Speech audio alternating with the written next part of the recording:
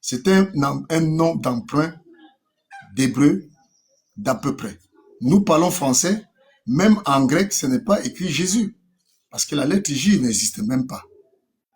Donc, si nous venons dans la pensée, parce qu'on dit c'est ce que tu penses qui va te condamner, ce n'est pas ce que entre en toi, qui est ce que tu manges qui va te rendre impur, c'est ce qui est dans ton esprit. Et donc, ce que moi j'ai dans mon esprit, c'est Jésus, fils de Marie, qui signifie le salut qui vient de Yahweh. Voilà le véritable nom. Si nous voulons voir le nom, si vous voulez nier déjà à ce niveau, conformément à ce qui est écrit dans votre Coran, même à ce sujet, ça nous parle très clairement. Issa, le Messie, Issa, fils de Marie. Donc, c'est toujours bien précisé. Donc, si c'est précisé, ça veut dire que même ton Coran, qui est venu 6 siècles plus tard, l'a confirmé. Et que ça devait être ainsi, même pour vous, que vous devez l'accepter ainsi, que de trouver des raisons pour rejeter le nom qui est au-dessus de tout nom. Tout chrétien qui entre dans le Coran et qui va dire ce qu'il court parfois, d'autres vont dire c'est ceci, cela, mais moi, ce que je veux, c'est le factuel. Est-ce que ce nom est lié à un nom qu'on appelle le Messie, fils de Marie, et qui a des attributs dont nous avons, et pour moi, c'est clair. Et ces attributs sont clairs et nets. Donc, le nom pour moi, que j'écris Ben Marie avec B-N, ou Bin avec B-I-N, ou bien Ben avec B-E-N, tout ceci, ça converge, n'est-ce pas, à un nom et à une identification d'une personne. Donc, aujourd'hui, je vous ai encore une fois de plus exhorté à maintes reprises de bien voir le nom écrit en hébreu et la signification qui comporte sa teneur sur la signification dont écrit les Grecs dans leur propre langue, disant que c'est le salut qui vient de Dieu. Donc pour moi, je ne peux rien changer, vous non plus. C'est ce que je vous ai dit avant de commencer ce débat, que ce qui est écrit, toi non plus, tu n'as pas écrit, non, moi non plus, nous sommes nés trouvés et on va les laisser ainsi. Et c'est comme ça, ceux après moi vont toujours dire, c'était ainsi et c'est identifier cette personne qui est Jésus-Christ. Si vous dites que, comment on appelle, la vocalisation du nom va faire en sorte que il va perdre la valeur, c'est la valeur qui est là, c'est ce qui est dans l'esprit de celui qui vocalise. Qu'il le dise n'importe comment. Moi, je dis dans ma langue bamileke si, qui veut dire Dieu. Mais quand je veux traduire Dieu à ma langue, moi, si tu me dis, il faut dire à celui-là, à ta langue, que moi, je dis que Dieu vient. Ben, je dirai en prononçant le nom de Dieu si. Je ne veux pas dire Dieu, il serait confondu. Donc, c'est ainsi que les Grecs ont compris que la signification de Issa signifie tout simplement délivrance ou bien ce nom qui est Yeshua dont je vous ai présenté dans le Strong. Et que je vous ai bien, et je dis encore, il faut toujours et toujours distinguer les noms. Et il a enseigné cela, s'il vous plaît. Donc, mon cher ami, je ne suis pas en train de tourner, je ne tourne pas. Je dis ce qui est et vous avez dit que nous soyons factuels. Moi, je suis dans les faits et les faits sont là. Que la paix soit avec vous. Merci beaucoup. Merci beaucoup. Je passe pas par la transition de Youssef, je prends directement. On ne peut pas tourner en rond et dire qu'on ne tourne pas en rond. Voilà. Dire qu'on ne tourne pas en rond, c'est parler, mais tourner en rond, c'est un fait. Donc tout le monde a constaté que dans les faits, tu ne fais que tourner en rond, mais tu déclares que tu ne tournes pas en rond. Ça, c'est pas grave. Les gens vont savoir à qui ils ont affaire. On a constaté que tu dis être factuel, rester sur les Écritures, mais tu ne lis pas l'Écriture. Parce que l'Écriture nullement ne dit qu'il s'appelle Yeshua. Nullement. Et là, tu donnes une interprétation à toi-même de l'Écriture et vous dois nous faire prendre ton interprétation pour l'Écriture. Non.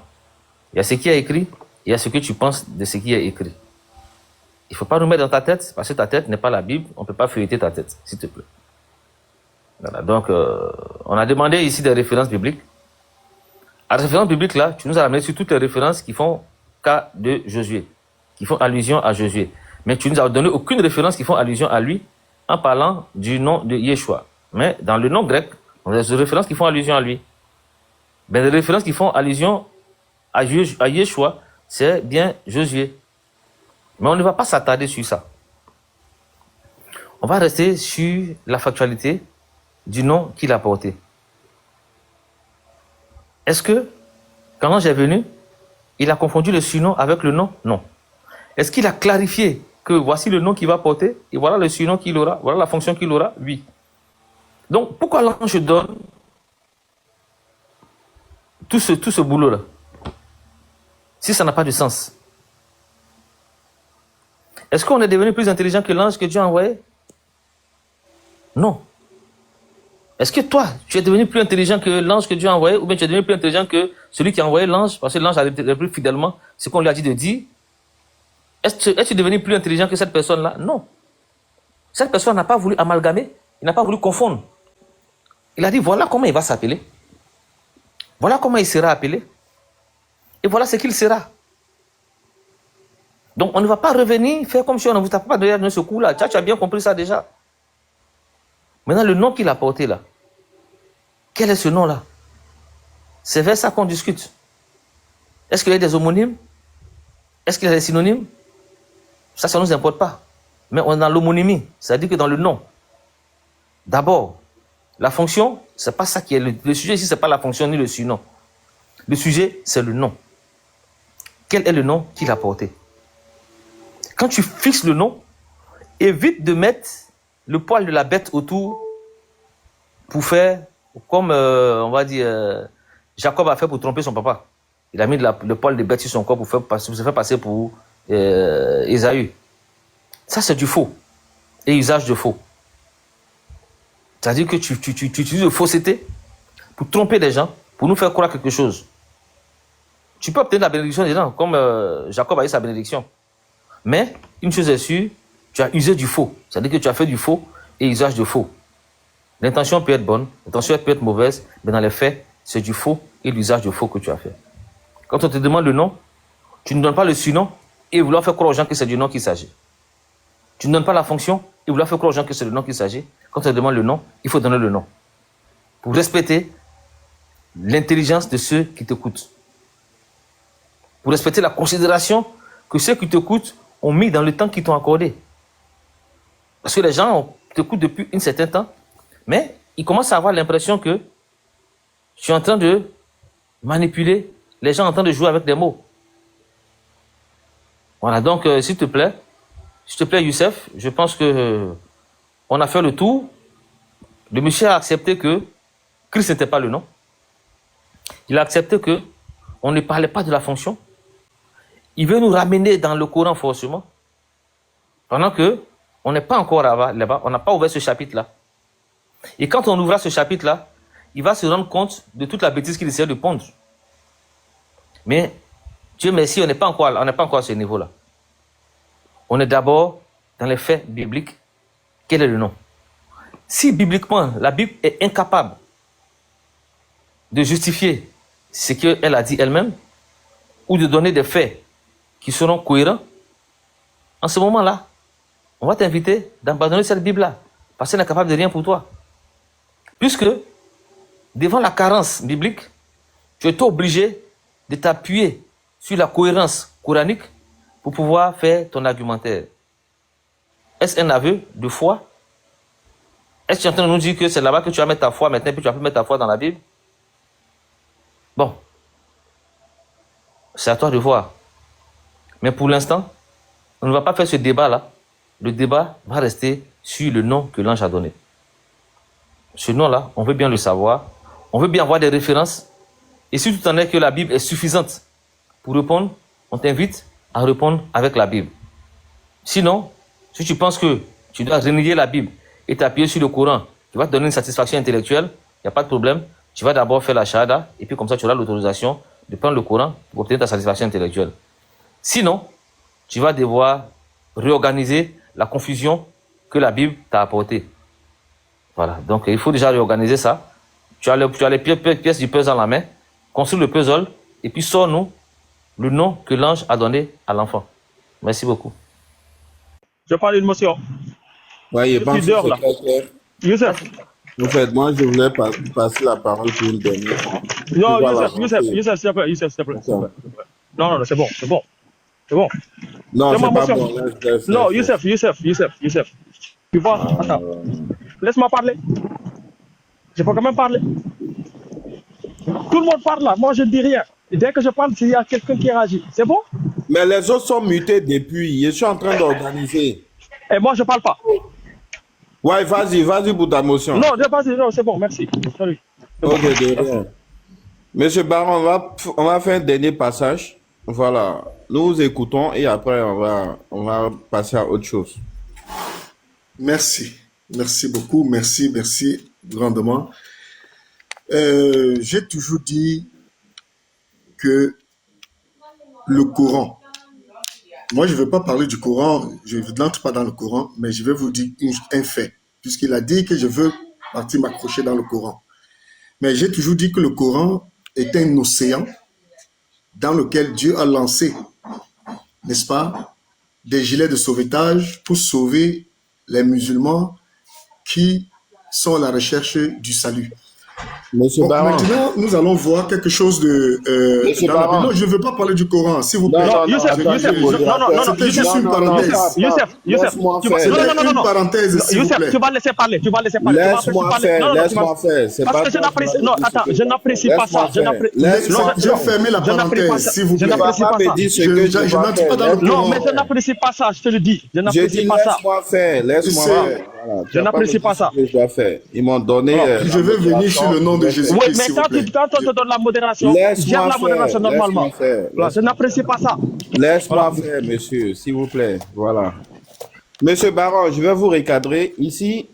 Voilà. Et vous a donné la parole pour que vous donniez le nom. Voilà. Si vous avez ce nom, il n'y a pas de souci. On peut avancer dans ce sujet parce que on a beaucoup. D'accord, c'est ça que je veux. Je me prépare à vous présenter, s'il vous plaît. Excusez-moi. Ok. Donc, ce que moi je vais vous dire, nous allons regarder le nom. Et l'exercice que je vais m'apprêter à vous présenter, que votre cœur ne se trouble pas. C'est dans la Bible que je parle. Je ne parle pas du Coran. Les chrétiens arabes appellent Jésus-Christ Yassou. Yassou. Pourquoi? Ils appellent Jésus Yassou. Donc, Yeshua Yassou. Pourquoi ils appellent Moshe Moshe Moussa? Pourquoi ils appellent, n'est-ce pas, le Messie Al-Masir? Pourquoi ils disent Salam, qui veut dire la paix, et Shalom chez les Juifs? Vous allez voir quelque chose qui est très simple. Nous venons de voir tout à l'heure le mot Yeshua. Le che chez les Juifs, le che chez les Arabes, c'est le S pour dire Yassou. Nous allons voir Moïse qui est Moshe chez les Hébreux et Moussa chez les Arabes. Nous allons voir Shalom chez les Juifs et Salam chez les Arabes chrétiens. Je précise bien.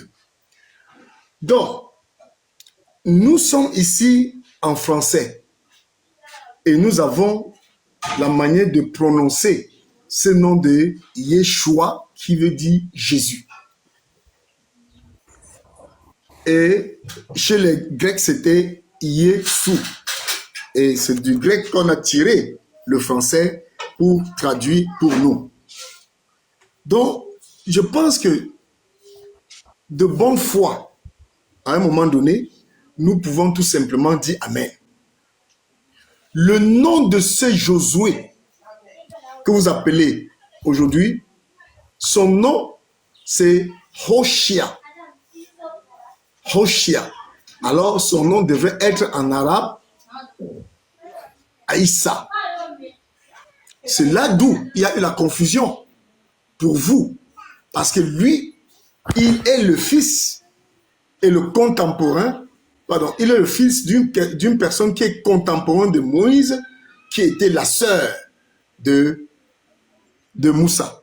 Bon, maintenant, lorsque nous venons dans la Bible, on constate très clairement que l'ange a donné le nom de Jésus et qu'on a écrit ça en français, et moi, étant un francophone, moi, j'ai reçu le nom de Yeshua comme étant Jésus en français, phonétiquement parlant, de manière, pardon, pas phonétiquement, c'est-à-dire qu'en français, on l'appelle Jésus. Moi, je n'ai pas de confusion de cette personne. Et je tiens encore à vous dire que lorsque vous lisez une phrase, vous avez une révélation dans la phrase que vous lisez, pourtant elle ne peut pas être lue par une autre personne dans la même façon et avoir la même révélation. Donc, quand nous lisons Jésus, on a cette révélation de Yeshua. Parce que nous parlons d'une personne précise, avec les attitudes. Comme vous me dites de parler pas des faits, je vous ai dit, lorsque vous demandez quel est le nom que l'ange a donné à Marie, dites aussi ce que l'ange a donné, ajouté à ce nom. C'est ça qui va identifier cette personne et qui doit être clairement et factuel. Donc, je ne veux plus encore ajouter quelque chose encore de plus. S'il vous plaît, mes chers frères, moi-même, je vais arrêter à ce niveau parce que je vois qu'il y a trop de tension. Nous devions être honnêtes et ne pas chercher à saboter un nom sous prétexte que vous voulez faire tomber la puissance d'un nom qui est révélé. On n'a pas dit qu'il est lu. Le nom est révélé et il est compris par celui qui a lu par la révélation. Que la paix soit avec vous et bonne journée. Ok, merci beaucoup. Je vais dire quelque chose avant de donner la parole à Askia. Les frères, voilà, soyez justes et soyez patients. Soyez justes et soyez patients. Voilà. On n'est pas tous pareils. Maintenant, si on m'a choisi comme modérateur, laissez-moi faire. Monsieur Askia, voilà, comme le monsieur a jeté aussi l'éponge, tu vas te prononcer, Inch'Allah, comme tu veux. Bismillah. Merci beaucoup. Donc, je pense que là, on doit peut-être sûrement avoir affaire à un mangeur de champignons. Parce que c'est totalement hallucinogène. Le monsieur dit qu'il voit ça, mais il pense à ça. C'est-à-dire que lui voit quelque chose, il pense à autre chose. Il lit ça, il comprend autre chose. Bon, à ce moment-là, on est dans l'illusion, dans le mirage, dans l'utopie. Et donc, ça ne répond à aucune logique. Et la seule logique à laquelle ça répond, ça sera sa foi, ou bien sa croyance. La croyance étant quoi? Donner une valeur de vérité à quelque chose qui n'a respecté aucune règle de vérification. Ça, c'est la croyance. Donc, tu crois que c'est ça, sans respecter aucune règle de vérification. Tu as lu ça, mais tu crois ça. Ok, il n'y a pas de problème. À ce niveau-là, on a compris que, bon, là, on a affaire à soit peut-être il a bien mangé un champignon, il a fumé quelque chose, mais voilà, il nous a montré que il hallucinait. Il hallucinait carrément. Ça dit que ça, c'est d'une illusion qu'il avait. Ça, tout le monde a compris que, il dit, je lis ça, mais je comprends ça. Quand je lis ça, je pense à ça. Mais il ne lit pas ce qu'il voit. Donc, je pense que comme il a dit qu'on va mettre fin au débat, c'est fini. Le débat est fini. Les gens ont compris que voilà, intellectuellement, c'est fini. Il n'y a pas d'issue. Ils sont obligés maintenant de se rabattre sur le champignon. Et puis, voilà, halluciner pour nous dire que voilà. Bon, l'hallucination, ça, c'est personnel. Hein. Chacun voit ce qu'il a dans sa tête. Mais nous, on n'a pas envie d'halluciner ici. On n'a pas mangé le même champignon que lui. Voilà, on n'a pas pris de stupéfiants. Donc, on peut pas. On a le cerveau qu'il faut. Et le cerveau est encore fonctionnel. Donc, on va se servir du cerveau d'abord pour parler factuellement, fonctionnellement du cerveau. Dans quel état nous sommes. Et après, s'il s'agit de rentrer dans le spirituel, on va faire le débat spirituel. Avec les valeurs spirituelles qu'il faut. Mais pour l'instant, on est là. Donc, merci beaucoup. On va mettre fin au débat. Moi, il est l'heure pour moi pour ma réunion ici. Donc, je vais aussi me séparer de vous. Et puis, bon, donc à tout à l'heure. Allez, je vous en prie. Merci tout le monde. Moi, je commence ma réunion dans 10 minutes. À plus tard. Vraiment très bien, Monsieur Aska. Merci à toi également. Voilà, merci pour l'échange, merci pour la patience. Monsieur Baron, merci à toi aussi. Voilà, donc on se verra une autre fois pour d'autres échanges, si Dieu le veut. Voilà, il y a un spécial, il y a spécial Truman qui est là depuis, qui voulait se prononcer. Voilà, qui voulait se prononcer. Si je vais vous laisser, que la paix soit avec vous. Et je salue tous les frères musulmans. Et sachez que nous sommes